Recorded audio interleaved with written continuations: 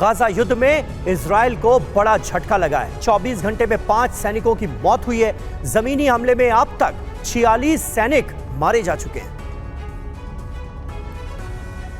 Gaza में 7 लाख लोग UN के स्कूल और शरणार्थी कैंप में रह रहे हैं। बिना ईंधन के लोगों की परेशानी बढ़ी।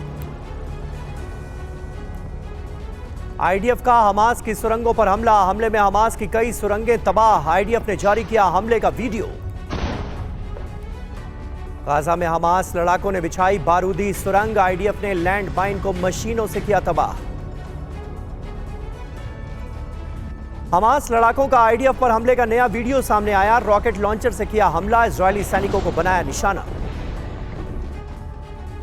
आईडीएफ का टीयर गैस बॉम्ब से रिहायशी इलाके में हमला। कालंदिया कैंप में की छापेमारी। फिलिस्तीनी मीडिया ने दावा किया। गाजा के अल शिफा अस्पताल में इलाज के अभाव में 2 नवजात बच्चों की मौत। आईसीयू में भर्ती 37 बच्चों की जान को खतरा। बच्चों को निकालने का प्लान बनाया गया। अल कसाम ब्रिगेड का बेथ हनौन में एक घर पर हमला। घर में आईडीएफ के सैनिकों ने बना रखा था ठिकाना। यरूशलेम के उत्तर पूर्व में शौफत कैंप पर इजराइल का भीषण अटैक। भारी नुकसान की खबर। गाजा में हमास की शांति बटालियन पोस्ट पर आईडीएफ का कब्जा। आईडीएफ की 401 डिवीजन कॉम्बैट यूनिट का ऑपरेशन। हिजबुल्लाह ने उत्तरी इजराइल के रामौत नफ्ताली में आईडीएफ ठिकानों पर किया ड्रोन अटैक। वीडियो जारी किया। इजराइल का बड़ा दावा। अब तक हिजबुल्लाह के 60 से ज्यादा लड़ाके मारे गए। हिजबुल्लाह का भी कई इजरायली सैनिकों को मारने का दावा। उत्तरी लेबनान पर इजरायली सेना के भीषण हमले। हिजबुल्लाह के ठिकाने को बनाया निशाना। भारी नुकसान पहुंचाने का किया गया दावा। हिजबुल्लाह का इजराइल पर भीषण पलटवार जारी। एंटी टैंक मिसाइल से आईडीएफ की सैन्य टुकड़ी पर निशाना साधा। हमले का वीडियो भी जारी किया। लेबनान की तरफ से इजरायली सीमा में घुसा एयरक्राफ्ट। इजरायली वायुसेना ने एयरक्राफ्ट को इंटरसेप्ट किया। हमास का बड़ा दावा। कहा एंटी टैंक रॉकेट और आईईडी के पहली बार इस्तेमाल से 22 इजरायली वाहन ध्वस्त किए। वेस्ट बैंक के जनिन में तबाही ही तबाही। शहर की सड़कें गड्ढे और मलबे में तब्दील। इजरायली सेना पर सड़कें खोदने का आरोप। हमास की इजरायली पीएम को बड़ी धमकी। कहा नेतन्याहू का राजनीतिक करियर खत्म कर देंगे। इजरायल को घुटनों पर लाएंगे। इजरायली रक्षा मंत्री योव गैलेंट की हिजबुल्लाह को बड़ी धमकी। कहा बेरूत को गाजा बना देंगे। हिजबुल्लाह चीफ नसरुल्लाह की इजरायल के खिलाफ लंबी लड़ाई का ऐलान। नसरुल्लाह ने कहा इजरायल से जीत का एकमात्र विकल्प लड़ाई है। इस्लामिक शिखर सम्मेलन के संयुक्त बयान जारी। ओआईसी ने कहा गाजा में तुरंत सीज फायर हो। इजरायल को तेल न देने पर नहीं बन पाई सहमति। ओआईसी पर पीएम नेतन्याहू ने साधा निशाना। कहा किसी भी अंतर्राष्ट्रीय दबाव में हम पीछे नहीं हटेंगे। हमास के खात्मे और जीत तक जंग जारी रहेगी। गाजा के बेथ हनौन में इजरायली सेना की छापेमारी में हमास के हथियार डिपो का पता चला। छापेमारी में भारी मात्रा में हथियार और गोला बारूद बरामद।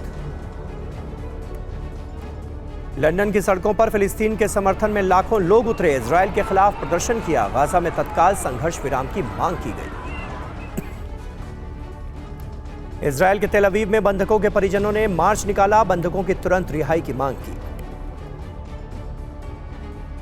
हमास का हेडक्वार्टर अब देखिए दूरी कितनी बाकी रह गई है। आईडीएफ इस वक्त बड़े पैमाने पर ग्राउंड ऑपरेशन को अंजाम दे रही है नॉर्थ गाजा के अंदर। और बड़ी जानकारी यह मिल रही है कि हमास का हेडक्वार्टर अब सिर्फ और सिर्फ 100 मीटर दूर रह गया है आईडीएफ से। इजरायल के हमास के ठिकानों पर भीषण हमले जारी हैं। इन हमलों में गाजा पट्टी में अब तक 10,000 से ज्यादा लोगों की जान जा चुकी है। लेकिन इजरायली फोर्स ने गाजा पट्टी में बारूदी बौछार को थमने नहीं दिया है। फोर्स गाजा की इंच इंच जमीन पर कब्जा करती तेजी से आगे बढ़ रही है। गाजा में घुसकर हमास के खात्मे के लिए ऑपरेशंस चला रही है और बेबस हमास के हाथ फिर खाली के खाली है। आज हम आपको हमास के उस हेडक्वार्टर को दिखाने जा रहे हैं जहां अब इजरायली आर्मी का कब्जा हो गया है। जी हां, यह इस वक्त की सबसे बड़ी खबर है। जंग में आईडीएफ को बड़ी फतह मिली है। अल शिफा अस्पताल पर आईडीएफ का कब्जा हो गया है। चारों ओर से इजरायली सेना ने इस अस्पताल को घेर लिया है। ये देखिए ताजा तस्वीरें आपके सामने हैं, किस तरह से अब गाजा पट्टी के अल शिफा हॉस्पिटल को चारों तरफ से घेरा जा चुका है और इजरायली डिफेंस फोर्सेस के जवान यहां पर हर तरफ आपको नजर आ रहे हैं। इस अस्पताल का यूं घेरा जाना अपने आप में बहुत अहम है, इस वजह से क्योंकि लगातार यह कहा जा रहा था आईडीएफ की तरफ से कि हमास के लड़ाकों ने अल शिफा अस्पताल को अपना बड़ा सेंटर बना रखा है और यहीं से हमास के लड़ाके कर रहे हैं ऑपरेट। अब इस अल शिफा अस्पताल पर आईडीएफ का कब्जा हो चुका है पूरी तरह से। तो देखिए बड़े जंगी ऑपरेशन में अब फतेह हासिल करते हुए आईडीएफ ने गाजा के अल शिफा अस्पताल को अपने कब्जे में कर लिया है। फोर्स का दावा है कि अस्पताल के नीचे सुरंग में हमास का हेडक्वार्टर है, जहां से हमास लड़ाके इजराइल के खिलाफ ऑपरेशन चला रहे थे। तो हम आपको जरिए ये दिखाते हैं ग्राफिक्स के जरिए वो लोकेशन जिसे आईडीएफ ने चारों ओर से घेर रखा है। ये देखिए, ये आपको पूरा भूमध्य सागर नजर आ रहा है, मेडिटेरियन सी का पूरा इलाका, गाजा पट्टी आप साफ तौर पर देख सकते हैं और यहीं पर अल शिफा हॉस्पिटल जहां पर है उसे हमने हाईलाइट किया है क्योंकि आईडीएफ ये दावा कर रही थी कि इसी हॉस्पिटल में हेडक्वार्टर है हमास का और यहां से हमास अपने ऑपरेशंस को अंजाम दे रहा है और अब यहां पर हो गया है आईडीएफ का कब्जा। ये इस वक्त की सबसे बड़ी खबर है। और देखिए अगली बड़ी खबर, अल शिफा अस्पताल के सामने 100 शव देखे गए। जी हां, अल अरबिया अखबार के हवाले से ये भयावह खबर इस वक्त आ रही है। दफनाने के लिए अस्पताल के सामने पड़े हुए हैं 100 शव। ये तस्वीरें आपके सामने हैं अल शिफा अस्पताल जिसे अब पूरी तरह से आईडीएफ ने घेरा हुआ है। आईडीएफ के तमाम जवान यहां पर काबिज हो चुके हैं और इस वक्त जो मरीज यहां पर मौजूद थे उनके पीछे देखिए कैसे हड़कंप मचा हुआ है और इस वक्त कैसा कोहराम वहां पर बरपा है क्योंकि जब अस्पतालों पर हमले होते हैं तो भारी संख्या में आम लोग भी मारे जाते हैं। जो मरीज यहां पर इलाज करा रहे होते हैं उनकी भी जानें जाती हैं, बड़े पैमाने पर कोलैटरल डैमेज होता है और उसी से जुड़ी ये तस्वीरें आपके सामने हैं। इस वक्त जानकारी ये मिल रही है अल अरबिया के हवाले से कि 100 शव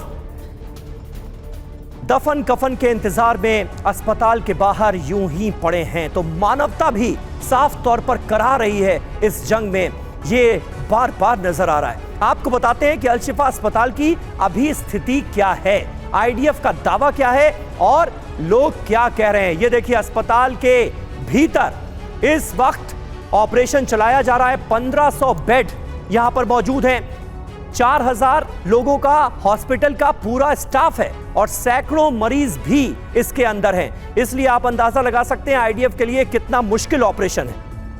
अभी की स्थिति देखिए क्या है, बिजली सप्लाई पूरी तरह से ठप हो गई है, इंटरनेट भी नहीं है और आसपास अस्पताल के भारी भीड़ नजर आ रही है। आईडीएफ ये दावा कर रही है कि ये हॉस्पिटल जो है ये हमास का मुख्य सेंटर है। अस्पताल के नीचे सुरंगें बनाई गई हैं, सुरंगों में हमास के कंट्रोल रूम्स चल रहे हैं, लोग हमास के मानव ढाल के तौर पर इस्तेमाल किए जा रहे हैं। जो आम नागरिक हैं उन्हें अपनी ढाल के तौर पर हमास इस्तेमाल कर रहा है। अब ऑपरेशन कैसे मुमकिन होगा? पहले बच्चों का रेस्क्यू किया जाएगा, फिर अस्पताल पर हमला किया जाएगा और बड़ी संख्या में यही वजह है कि अस्पताल के इर्द गिर्द टैंकों की तैनाती की जा चुकी है। लोग क्या कह रहे हैं? लोग कह रहे हैं कि हम मौत से कुछ मिनट दूर हैं, चारों ओर सिर्फ और सिर्फ खून है। भागने की कोशिश पर इजरायली डिफेंस फोर्स के जवान हमें गोली मार दे रहे हैं। अल शिफा अस्पताल के डायरेक्टर का भी बयान सामने आया जिसमें उन्होंने कहा कि हम सब मौत से चंद मिनट दूर हैं। तो इस वक्त ये स्थिति है अल शिफा हॉस्पिटल की। लेकिन हमारे सहयोगी विपिन चौबे इस वक्त लेबनान बॉर्डर पहुंच चुके हैं और वहां से हमें ज्वाइन कर रहे हैं। विपिन, वहां पर क्या स्थिति नजर आ रही है? हमास से जो जंग चल रही है, जिस तरह से अल शिफा हॉस्पिटल को हमास का हेडक्वार्टर बताया गया आईडीएफ की तरफ से, उसे घेरा गया है, लेबनान बॉर्डर भी लेकिन सुलग रहा है, वहां से क्या अपडेट है आपके पास?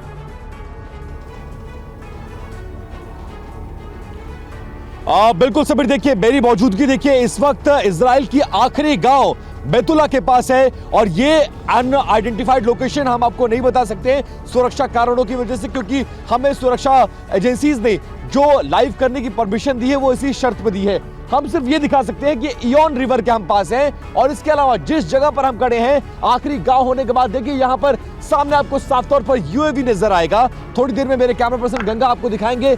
ये एक यूएवी है जो फिलहाल इस वक्त यहाँ पर घूमता हुआ नजर आ रहा है और पूरे आसमान पर निगरानी कर रहा है। इसके अलावा वो आखिरी गांव की तस्वीर देखिए जिसके बाद लेबनान की सीमा, लेबनान की पहाड़ियां आपको नजर आएगी। अब ये देखिए, अब ये जो तस्वीर दिख रही है समीर, ये बैतुल्ला गांव की तस्वीर है जो पिछले 35 दिनों से खाली पड़ा हुआ है। पूरा इलाका घोस्ट विलेज के रूप में तब्दील हो चुका है। अब इसके बाद जो इसकी गांव के उस पार देखेंगे आपको पहाड़ियां नजर आ रही हैं। ये लेबनान और थोड़ी दूर पर सीरिया के बॉर्डर्स शुरू हो जाते हैं और यहीं से रह रहकर आर्टिलरी शेलिंग्स हो रही है और एक बार फिर से तनाव दोनों मुल्कों के बीच बढ़ता हुआ नजर आ रहा है। 10 दिन के भीतर दूसरी बार हिजबुल्लाह चीफ नसरुल्लाह सामने आया है और इस बार जमकर उसने जहर उगला है। साफ तौर पर कहा है कि प्रतिरोध और प्रतिशोध से ही काम चलेगा। यहां पर आत्मसमर्पण की अगर कोशिश की तो यह ठीक नहीं होगा और इस युद्ध को हम मिलकर लड़ेंगे हमास के साथ। मतलब वो ये कहता हुआ नजर आ रहा है कि इस युद्ध में समर्पण नहीं करना है बल्कि लड़ना है और जहां तक हो सकेगा हम उसका साथ देंगे। और पिछले 48 घंटों की अगर समीर आप बात करेंगे तो 48 घंटों में बहुत ज्यादा दोनों तरफ से तनाव बढ़ गया है। तोप के गोले दागे जा रहे हैं, शेलिंग्स की जा रही है और जहाजों से भी बॉम्ब्स गिराए जा रहे हैं और उसके विजुअल्स दोनों तरफ से, दोनों डिफेंस फोर्सेस की तरफ से अपनी अपनी तरफ से दावे किए जा रहे हैं। तो फिलहाल जहां पर मेरी मौजूदगी है ये लेबनान की सीमा है, इजराइल का आखिरी गांव है और तनाव बहुत ज्यादा यहां भी हमास और गाजा पट्टी की तरह बढ़ता हुआ नजर आ रहा है। अल शिफा अस्पताल को लेकर दरअसल WHO का एक बड़ा बयान सामने आ गया है। अल शिफा अस्पताल से संपर्क टूट चुका है। अस्पताल के स्टाफ के लिए हम गहरी चिंता में हैं, ये कहा है WHO ने। अस्पताल में भर्ती बच्चों के लिए WHO चिंतित है, ये बताया गया है ताजा बयान में। जो हालात हैं वो बहुत खराब होते हुए नजर आ रहे हैं, खास करके यहाँ पर जो भर्ती मरीज हैं उनके लिए स्थितियां बद से बदतर होती हुई नजर आ रही हैं और जो ताजा तस्वीरें यहाँ से हमारे पास आ रही हैं वो इसकी तस्दीक करती हैं, क्योंकि सैकड़ों की संख्या में जो आम मरीज हैं वो भी इस हॉस्पिटल में भर्ती हैं। लेकिन IDF का ये कहना है कि इस हॉस्पिटल का इस्तेमाल हमास हेडक्वार्टर के तौर पर कर रहा था, इसलिए यहां पर बड़े पैमाने पर ऑपरेशन चलाया जा रहा है। और देखिए गाजा में अस्पताल पर हमले का वीडियो सामने आया है। इंडोनेशियन अस्पताल पर भी IDF का हमला हुआ है। हमले के बाद चारों तरफ अफरा तफरी मच गई। ये तस्वीरें अब आपको दिखा रहे हैं इंडोनेशियन हॉस्पिटल की। इससे पहले आपने जो तस्वीरें देखी थी वो अल शिफा हॉस्पिटल की थी जिसे IDF ने चारों तरफ से घेरा हुआ है। ये इंडोनेशियन हॉस्पिटल की जो कि गाजा में ही मौजूद है उसकी तस्वीरें हम आपको दिखा रहे हैं।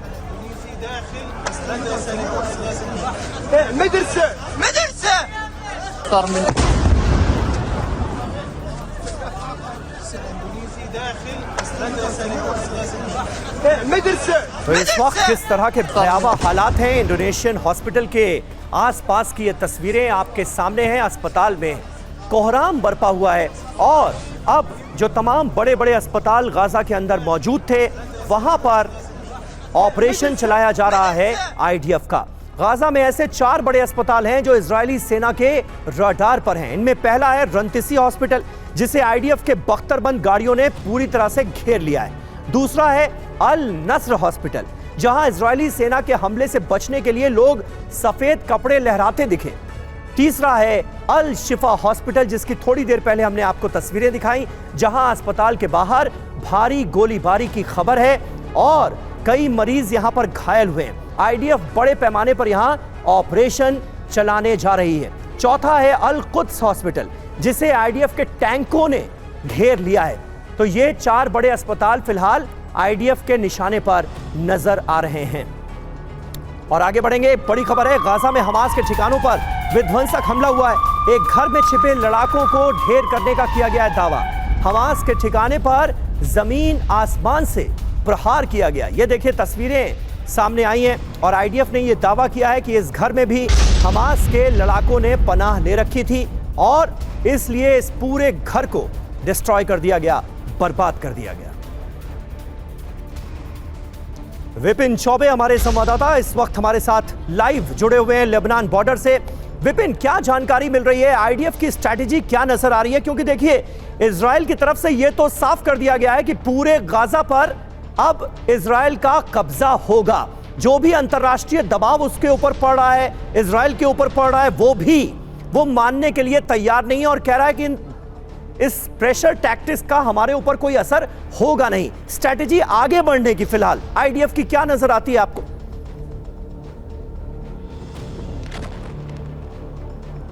देखिए, टू वॉरफ्रंट सिचुएशन से फिलहाल जूझता हुआ नजर आ रहा है आईडीएफ, लेकिन उसका एक्सपीरियंस इतना लंबा है अरब देशों के साथ लड़ने का कि उसके चेहरे पर, उसके शरीर पर कोई फर्क नहीं पड़ने वाला। और साफ तौर पर उसने कह दिया है कि गाजा में हम जो चाहेंगे वही होगा, क्योंकि युद्ध हम पर थोपा गया।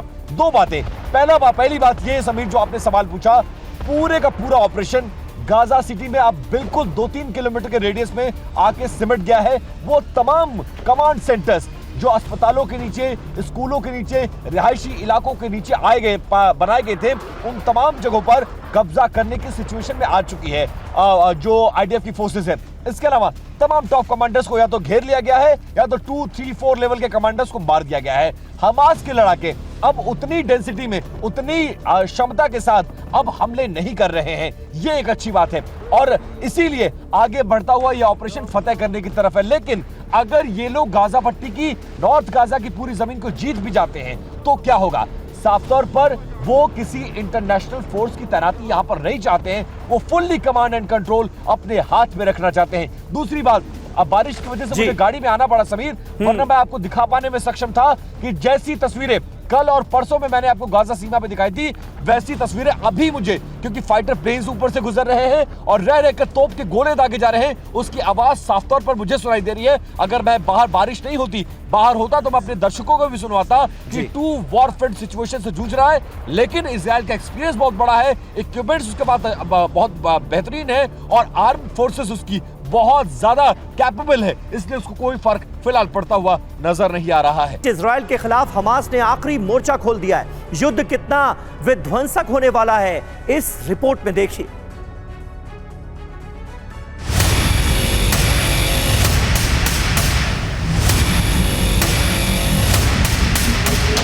इजराइल के हमलों के बीच हमास ने भी शक्ति प्रदर्शन किया है।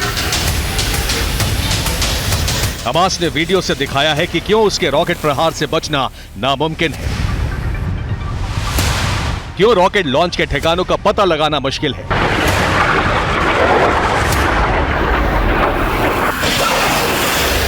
सुरंग बनाने में माहिर हमास रॉकेट लॉन्चेस को भी जमीन में छिपा देता है और फिर जमीन लगातार रॉकेट उगलने लगती है। इजराइल को हमास की ताकत और सेना को उलझाने वाली नीतियों से यह अंदाजा हो चुका है कि यह जंग बहुत लंबे वक्त तक चल सकती है। इजराइल की सेना ने माना है कि गाजा में बंधकों को छुड़ाने में लंबा वक्त लग सकता है, तो दूसरी तरफ इजराइल के प्रधानमंत्री ने भी कहा है कि 1 महीने के बाद यह अंदाजा हो गया है कि जंग लंबी खिंचने वाली है।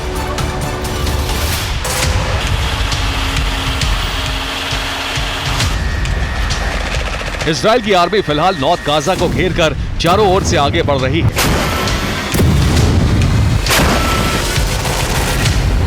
इस मैप में जितने हिस्से पर लाल रंग नजर आ रहा है, वहां अब इजरायली सेना का कब्जा है। इस वक्त अल शिफा और इंडोनेशिया अस्पताल के पास भीषण जंग हुई है। वहीं जबालिया कैंप में भी हमास और सेना के बीच भारी युद्ध चल रहा है।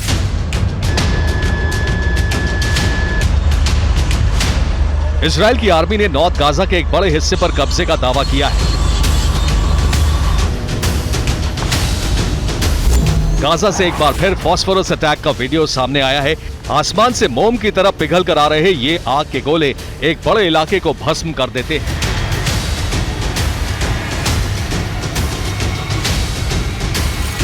कुछ महीनों में गाजा का क्या हाल होने वाला है, इसका अंदाजा इस वीडियो से हो रहा है। हवाई हमले के साथ अब जमीन पर मौजूद टैंक भी इमारतों को नष्ट कर रहे हैं।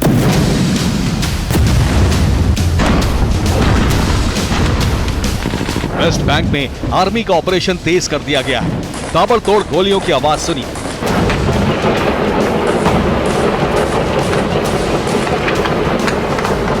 रात के अंधेरे में यह हमास और जेनिन ब्रिगेड के खिलाफ चल रहे ऑपरेशन की आवाज है। वेस्ट बैंक में पिछले 15 दिनों से ऐसा ही घमासान जारी है।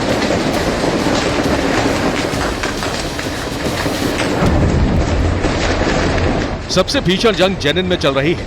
वेस्ट बैंक के कई इलाकों में सेना का ऑपरेशन चल रहा है। सिर्फ हमास और जेनिन ब्रिगेड ही नहीं, सेना के विरोध में अब आम लोग भी सड़कों पर हैं।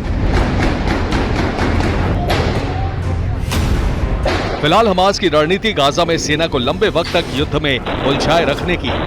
दावा यह भी है कि हमास ने अस्पतालों में जानबूझकर ठिकाने बना लिए हैं ताकि अस्पतालों पर बमबारी हो और इजराइल और अमेरिका के खिलाफ वैश्विक माहौल तैयार हो सके।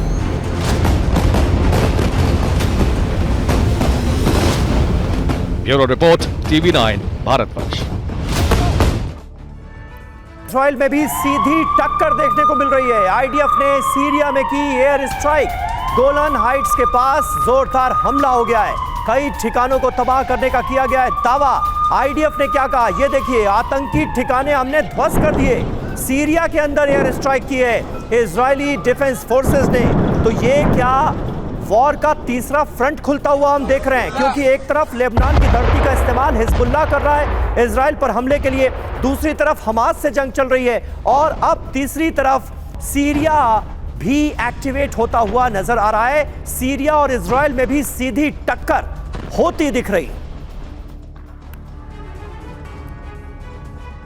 तो देखिए, इजरायली सेना गाजा के अलावा लेबनान और सीरिया में भी हमास समर्थक चरमपंथियों के ठिकानों को बना रही है निशाना। आईडीएफ का दावा है कि सीरिया की तरफ से गोलन हाइट्स पर हमला हुआ है। ये इलाका इजराइल के लिए बेहद अहम है क्योंकि ये सीरिया, लेबनान और जॉर्डन के बॉर्डर का त्रिकोण बनाता है। ऐसे में इस हमले के जवाब में इजराइल की सेना ने भी सीरिया के अंदर घुसकर एयर स्ट्राइक की है। एक बार फिर सीरिया और इजराइल आमने सामने नजर आ रहे हैं। इसका अंजाम क्या होगा ये तो वक्त ही बताएगा, लेकिन सीरिया से हमले लगातार हो रहे थे और अब इजराइल की तरफ से बड़ा हमला बोला गया है, एयर स्ट्राइक की गई है।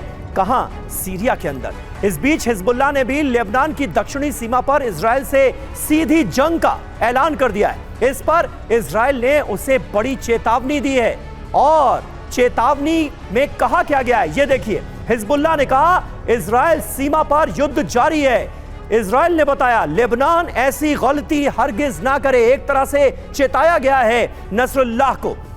इजराइल पर हमलों की संख्या में इजाफा अब होगा, यह सीधे सीधे बताया हिजबुल्लाह ने। लेबनान को भारी कीमत इसकी चुकानी पड़ेगी अगर ऐसा हुआ तो, यह कहा गया इजराइल की तरफ से। करियत शमोना में पहली बार अटैक किया गया और इजराइल ने देखिए क्या किया, कहा कि बेरूत को भी गाजा बना देंगे। तो यह बहुत बड़ी चेतावनी दी गई है लेबनान को। बुरकान मिसाइल का पहली बार इस्तेमाल किया है हिजबुल्लाह ने और इजराइल अभी अपनी ताकत का 10वां हिस्सा ही इस्तेमाल किया है हमने, ये बताता हुआ नजर आ रहा है। तो कुल मिलाकर हिजबुल्लाह वर्सेस इजराइल की यह जंग बहुत भीषण मोड़ पर पहुंच गई है, ऐसा लगता है।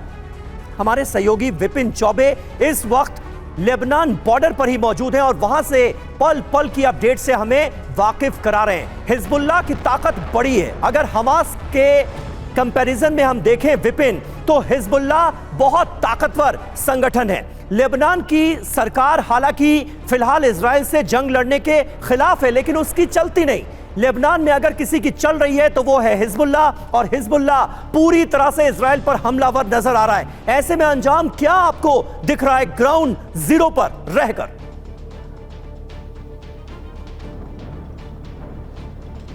देखिए समीर, ये युद्ध लंबा चलने की संभावना नजर आ रही है क्योंकि सवाल अब सिर्फ गाजा पट्टी या हमास का नहीं है। सवाल ईरान का है, सवाल लेबनान का है, सवाल सीरिया का है और इससे पहले वो तमाम अरब देश जो सऊदी अरब में पहुंचे हुए थे ये बात करने के लिए कि हमास की लड़ाई उसकी अकेले की लड़ाई नहीं है, गाजा पट्टी और फिलिस्तीन की लड़ाई अकेले की लड़ाई नहीं है। मतलब इस युद्ध के लंबा चलने की संभावना है। उसके पीछे जानते हैं वजह क्या है?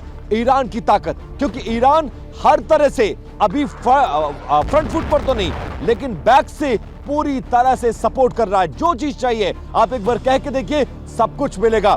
वो लेबनान को भी दे रहा है, वो ईरान उसको हमास को भी दे रहा है, गाजा पट्टी को भी दे रहा है। और इसीलिए इस युद्ध में इजराइल जैसे ताकतवर मुल्क के सामने 1 महीने बाद भी अगर जंग में हमास खड़ा है तो उसके पीछे ताकत ईरान है। और दूसरी तरफ लेबनान बार बार डिस्टर्ब करने की कोशिश कर रहा है। मैं जहां पर खड़ा हूं समीर, थोड़ी देर पहले मैं जिस बात का जिक्र कर रहा था, बारिश की वजह से मुझे अंदर जाना पड़ा, लेकिन इसी पहाड़ियों के पीछे लगातार हमले किए जा रहे हैं। और थोड़ी देर पहले यूएवी से नजर रखी जा रही थी और रह रहकर सुलगता हुआ यह सीमा भी नजर आ रहा है। मतलब 2 वॉर फ्रंट, और सीरिया से भी खबर आ रही है 3 वॉर फ्रंट खुलने की संभावना नजर आ रही है। लेकिन यह जरूर है कि इजराइल किसी भी मसले पर, किसी भी मामले पर घुटने टेकने को, समझौता करने को तैयार नहीं है।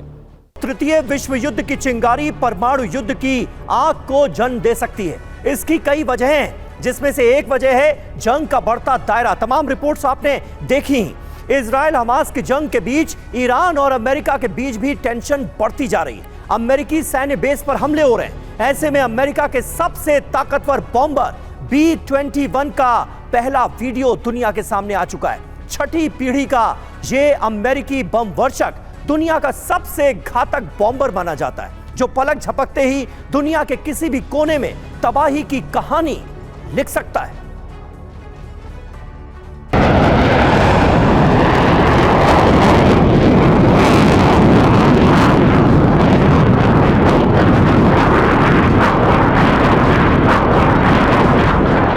आसमान में किसी डेविल की तरह दिखाई दे रहा ये लड़ाका अमेरिकी वायुसेना का सबसे खूंखार शिकारी है। नाम है B-21 रेडर, अमेरिका का सबसे खूंखार लड़ाका।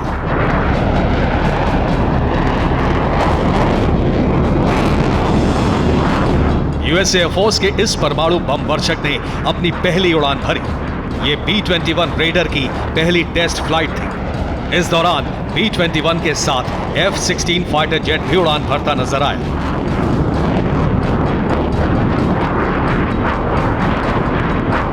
कैलिफोर्निया में अमेरिकी एयरफोर्स के एयरक्राफ्ट मैन्युफैक्चरिंग प्लांट के बाहर ये विमान अभ्यास करते देखे गए।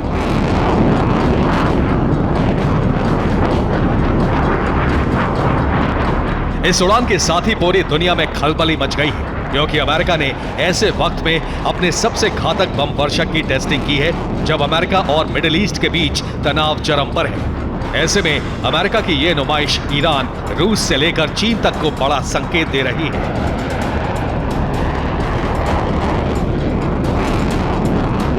अमेरिका का यह शिकारी दुनिया का सबसे घातक, सबसे एडवांस्ड बॉम्बर है। अमेरिका के इस जंगबाज के लिए दूरी, डिफेंस सिस्टम, अंधेरा, उजाला, समंदर, मौसम कोई मायने नहीं रखता। इसकी एक उड़ान दुनिया के किसी भी कोने में एटम के अटैक की पक्की गारंटी है। B-21 रेडर दुनिया का पहला 6ठी पीढ़ी का बॉम्बर है। 13,607 किलो तक के पेलोड को ये लेकर उड़ान भरने में सक्षम है। इसकी मैक्सिमम स्पीड 1000 किलोमीटर प्रति घंटे तक होने का अनुमान है। वहीं इसकी रेंज 11,000 किलोमीटर तक बताई जा रही है। अमेरिका का दावा है कि यह विमान दुनिया के किसी भी रडार की पकड़ में नहीं आता। जी हां, दुनिया का सबसे ताकतवर माना जाने वाला रूस का S-400 मिसाइल डिफेंस सिस्टम भी इसे डिटेक्ट नहीं कर सकता। यानी दुश्मन के घर में जाकर बम गिराकर चला जाएगा, किसी को कानो कान खबर भी नहीं होगी।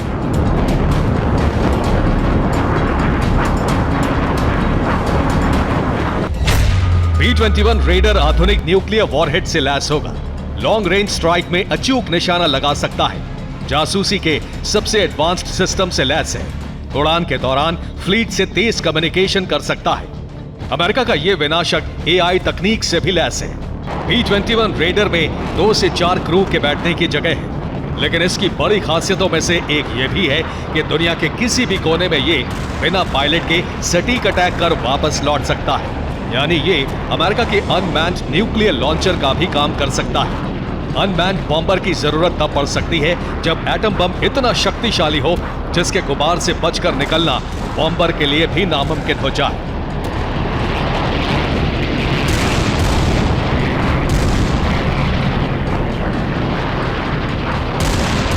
यूएस एयरफोर्स की 100 B-21 रेडर बनाने की योजना है, जिनके अमेरिकी वायुसेना में शामिल होने के बाद चीन और रूस अमेरिका से टकराने से पहले 100 बार सोचेंगे। Bureau report TV9 Bharatvarsh. OIC और अरब लीग की बैठक में मतभेद उभर कर सामने आए हैं। इजराइल को तेल रोकने पर मतभेद हो गया है। ईरान के प्रस्ताव के खिलाफ 4 देश हैं। सऊदी अरब ने भी ईरान के प्रस्ताव का सपोर्ट नहीं किया है। रईसी ने दिया इजरायली एटमी प्रोग्राम का हवाला। इब्राहिम रईसी की दलील हुई खारिज, यानी ईरान को बहुत हद तक झटका लगा है ओआईसी की मीटिंग में। सऊदी अरब ने भी ईरान के प्रस्ताव का सपोर्ट नहीं किया और रईसी की दलील हो गई खारिज। आइए अब देखते हैं कि ओआईसी और अरब लीग की बैठक में किस तरह से इजराइल के खिलाफ कुछ देशों ने मोर्चाबंदी की, तो सऊदी अरब के साथ कुछ दूसरे देशों का विरोध भी सामने आया। इस पर नजर डालना बहुत इंपॉर्टेंट है, क्योंकि 57 इस्लामिक देश आखिर आने वाले वक्त में इजराइल के खिलाफ कैसे लामबंद होते हैं, यह महत्वपूर्ण होगा देखना। ईरान, अल्जीरिया और लेबनान ने कहा इजराइल और उसके सहयोगियों की तेल सप्लाई रोक दी जाए। ईरान, अल्जीरिया और लेबनान सभी सहयोगी देश इजरायली राजदूतों को निकाल दें। गाजा से हमास ने यह अपील जारी की। सीरिया के राष्ट्रपति बशर अल असद बोले इजराइल को ठोस दंड ना देना हमें बेअसर दिखाएगा, यानी यह बताएगा कि हमारा तो कोई असर ही नहीं है। तुर्की के राष्ट्रपति एर्दोगन ने कहा मानवाधिकारों पर पश्चिम की कलई खुल चुकी है। गाजा में बड़े पैमाने पर नरसंहार हो रहा है, इसका जिक्र किया गया उनकी तरफ से। सऊदी अरब, यूएई, बहरीन और मोरक्को इजराइल के खिलाफ ऐसे प्रस्तावों से असहमत थे, तो ये इजराइल के लिए बड़ी राहत की बात कही जा सकती है। सऊदी, यूएई और बहरीन का रुख 2020 से इजराइल के साथ रिश्ते सामान्य करने में ये मुल्क जुटे हुए हैं, ये अरब मुल्क जुटे हुए हैं। अमेरिका इनकी कोशिशों में बड़ी भूमिका निभा रहा है। तो कुल मिलाकर जो इस्लामिक देशों का पूरा रुख निकलकर सामने आया है वो साफ तौर पर यह है। और इस बीच देखिए, अब बात कर लेते हैं इजराइल के खिलाफ 5 अहम मांगों की, जो ओआईसी और अरब लीग की ज्वाइंट मीटिंग में रखी गई, लेकिन जिस पर सहमति नहीं बन पाई। वो 5 मांगे जो कि प्रस्ताव के तौर पर रखी गई, लेकिन इस पर सहमत नहीं हो पाए तमाम इस्लामिक देश। इजराइल के खिलाफ 5 मांगे खारिज। ये कौन कौन सी हैं? ये देखिए, पहला, इजराइल को अमेरिकी मिलिट्री सप्लाई रोकने की कोशिश। दूसरा, इजराइल के साथ सभी तरह के राजनयिक और आर्थिक रिश्ते तोड़ना। तीसरा, इजराइल और उसके सहयोगियों की तेल सप्लाई पर रोक लगा देना। ये सारी मांगे खारिज हुई हैं। चौथा, अरब देशों के ऊपर से इजरायली फ्लाइट की उड़ान पर रोक। पांचवा, अमेरिका, यूरोप और रूस टीम भेजकर सीज फायर का दबाव बनाना। ये 5 डिमांड्स रखी गई थी कई देशों की तरफ से, जिसमें ईरान भी शामिल था, लेकिन ये डिमांड्स खारिज हो गई, यानी पूरी तरह से ईरान की चल नहीं पाई, ये आप कह सकते हैं। और देखिए, इस बीच लेबनान बॉर्डर पर TV9 की टीम मौजूद है। बॉर्डर पर आखिरी गांव से हम आपको एक रिपोर्ट दिखाने जा रहे हैं। आसमान में गश्त लगाते दिखे हैं ड्रोन, जहां बारूदी वर्षा, वहां से अब आप TV9 भारतवर्ष की ग्राउंड रिपोर्ट देखने जा रहे हैं। लेबनान बॉर्डर से एक्सक्लूसिव तस्वीरें दिखा रहे हैं हमारे सहयोगी विपिन चौबे। इस वक्त TV9 भारतवर्ष की मौजूदगी इजराइल के आखिरी गांव, आखिरी सीमा बैतुल्ला गांव के जो इयोन रिवर है उसके ठीक पास है, और ये आखिरी गांव है। इसके बाद लेबनान और सीरिया की सीमा शुरू हो जाती है। ये सामने आपको बैतुल्ला गांव नजर आएगा, और सामने की पहाड़ियां जो है वो लेबनान और सीरिया की पहाड़ियां हैं, जहां पर इस वक्त तनाव चरम पर है। और इस वक्त आसमान में आपको साफ तौर पर उड़ान भरता हुआ UAV यानी अनमैन्ड आर्म्ड व्हीकल नजर आएगा, जो इस वक्त पूरे एरिया की निगहबानी कर रहा है। हिजबुल्लाह चीफ के भाषण के बाद तनाव बढ़ गया है, और हिजबुल्लाह चीफ ने अपने भाषण में साफ तौर पर यह कह दिया है कि हमास जो युद्ध लड़ रहा है गाजा पट्टी की सीमा पर, वहां पर प्रतिरोध लगातार होते रहना चाहिए। आत्मसमर्पण करना ठीक नहीं होगा, और युद्ध का दूसरा मोर्चा वो खोलता हुआ नजर आ रहा है। हम जहां पर खड़े हैं, यहां पर आकर इजराइल की सीमा खत्म हो जाती है, और यहां से शुरू हो जाती है लेबनान और सीरिया की सीमा। सबसे पहले इस गांव की तस्वीर देखिए, जो बैतुल्ला गांव है, और ये गांव पूरी तरह से पिछले 1 महीने से खाली पड़ा हुआ है। युद्ध के 35 दिन बाद भी ये बढ़ाती शांति, ये पसरा सन्नाटा आपको बताएगा कि कैसे जंग के हालात के बीच ये पूरी पहाड़ी, ये पूरी घाटी इस वक्त शांत है, लेकिन रह रहकर आर्टिलरी शेलिंग्स दोनों तरफ से की जा रही है और यूएवीज मैंने आपको दिखाया, उसके जरिए नजर रखने की कोशिश और हालात बताने के लिए काफी है कि दोनों देशों में एक और युद्ध का मोर्चा, एक और जंग का मोर्चा फिलहाल खुलता हुआ नजर आ रहा है। और इजरायली पीएम ने इस बीच कर दिया है बड़ा ऐलान, हमास के खात्मे तक जंग जारी रहेगी। ये कहा गया है खात्मे तक हम रुकने का कोई इरादा नहीं है इजराइल का, ये साफ कर रहे हैं बेंजामिन नेतन्याहू। खात्मे तक जंग जारी रहेगी। क्या कह रहे हैं इजरायली पीएम, सुनते हैं।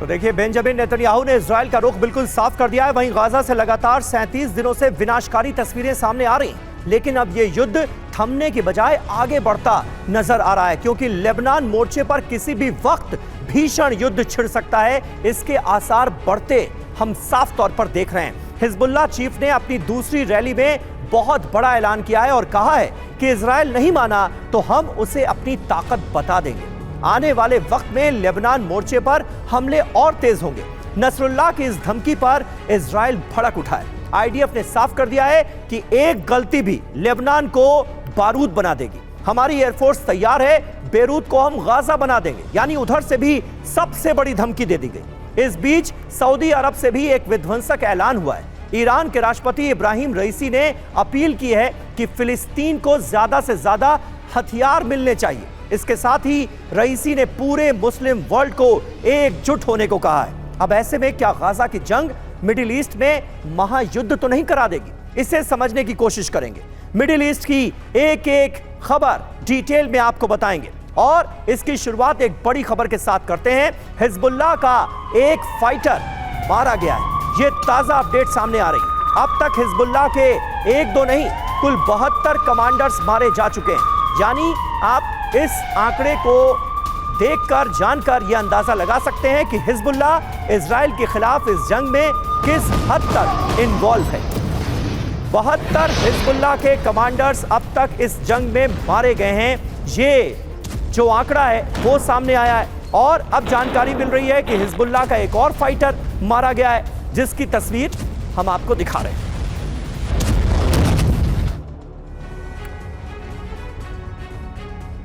और देखिए हिजबुल्लाह ने जिस बुरकान मिसाइल का इजराइल के खिलाफ इस्तेमाल का दावा किया, उसके बारे में भी आपको बता देते हैं कि ये है क्या भला। बुरकान मिसाइल का इस्तेमाल किया गया, इसका मतलब होता है बुरकान का ज्वालामुखी। ये मिसाइल बैलिस्टिक श्रेणी की है। इसकी रेंज 1650 किलोमीटर तो बारूदी क्षमता 300 से 500 किलोग्राम है।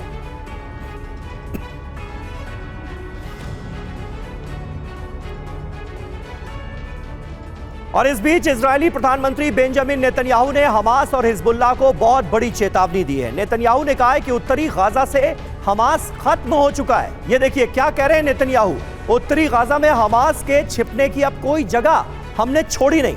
लेबनान बॉर्डर पर जमीन आसमान से हमले किए जा रहे हैं, ये भी बताया गया है नेतन्याहू की तरफ से। हिजबुल्लाह युद्ध में शामिल होने की गलती ना करे, वो चेतावनी देते नजर आ रहे हैं हिजबुल्लाह के चीफ नसरुल्लाह को। लेकिन क्या इसका असर होगा? अब देखिए आगे क्या वो कहते हैं। बेंजामिन नेतन्याहू कहते हैं मध्य पूर्व के नेता हमास के खिलाफ सामने आए। पूरे मिडिल ईस्ट के जो नेता हैं वो हमास के खिलाफ सामने आए। हमास ईरान के आतंकवाद का अभिन्न हिस्सा। ये बहुत सख्त बयान दिया गया है नेतन्याहू की तरफ से। हमास से पूरे मिडिल ईस्ट को खतरा है। वो ये बताने की कोशिश कर रहे हैं कि हमास सिर्फ इजराइल के लिए ही नहीं बल्कि पूरे मिडिल ईस्ट के लिए खतरा है, इसलिए हमास के खिलाफ एकजुट होना चाहिए। उधर ईरान ये कह रहा है कि सारे मुस्लिम देश इजराइल के खिलाफ एकजुट हो जाएं। तो ये बयानों का दौर भी हम लगातार देख रहे हैं, लेकिन बेंजामिन नेतन्याहू के रुख से बिल्कुल साफ है कि ये युद्ध फिलहाल रुकने वाला है नहीं। हमास का पूरी तरह से खात्मा करके ही मानेंगे बेंजामिन नेतन्याहू। बात इससे आगे बढ़ती हुई अब नजर आ रही है और अब पूरे गाजा पर कब्जे की बात की जा रही है। इजराइल पर इस बीच तुर्की का बड़ा बयान आया है। इजराइल पश्चिम के बिगड़े बच्चे की तरह है, यह कहा गया है। गाजा पर इजराइल को वेस्ट का समर्थन, पश्चिमी समर्थन से ही हमले कर रहा है इजराइल, यह बताया गया है तुर्की की तरफ से।